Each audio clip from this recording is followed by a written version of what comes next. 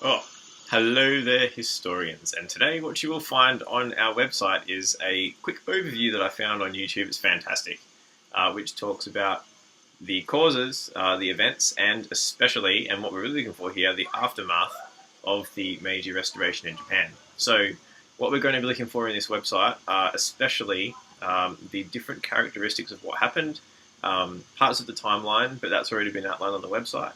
And we're going to be looking for the significance of what happened with the Meiji Restoration. So why it was significant, how it affected other countries, especially in Asia, which is what is concentrated on this video, and also the basically just the general effect that it had for Japan as well.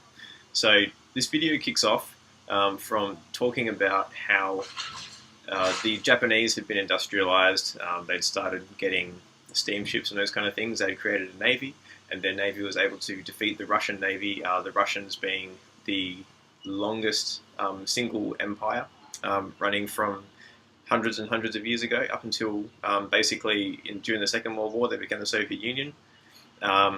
So yeah, the Japanese really came onto the scene there, taking over power and rising into one of the most powerful nations in the world, which inspired the other nations around it, the ones in Asia that had been occupied and were basically being used as colonial sources of materials, minerals, those kind of things, or even people, by the Western countries.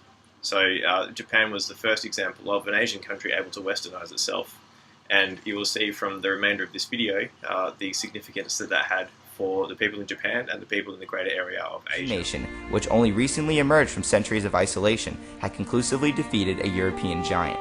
Sparked by the unexpected victory of a small island chain, others, such as the Young Turks of Persia in 1906, Sun Yat-sen of China in 1911, and Mohandas Gandhi of India in 1919, staged a range of rebellions, revolutions, and reforms inspired by the Meiji Restoration. In 1868, the start of the Meiji period of world history, the islands of Japan were sustained by only 26 steamships and a total of 18 miles of railway. By the end of the Reformation, Japan had increased its national count of steam-powered water vessels to 1,514 and extended its railways to 7,100 miles. Aided by military and social reforms, Japan rapidly and effectively created a modern imperial nation equal to, or, in the case of the Russo-Japanese War, greater than other Western empires. From a revolutionary action to restore the imperial rule, and administration focused on the domestic and international reformation of industry, created a worldwide reaction to the vast potential of non-Western peoples. By the end of the Meiji period in 1912, Japan, the once isolated feudal country in the Pacific, had become an empire capable of action and influence on the grand scale of world politics.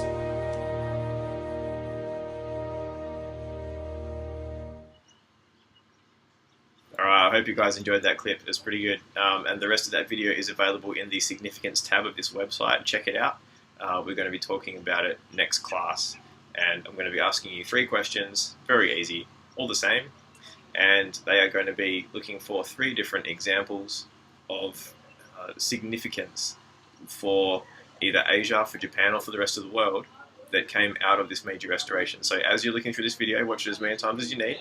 And we're going to be looking for the significant points that its aftermath created. So what happened in Japan and the rest of the world because of the Meiji Restoration.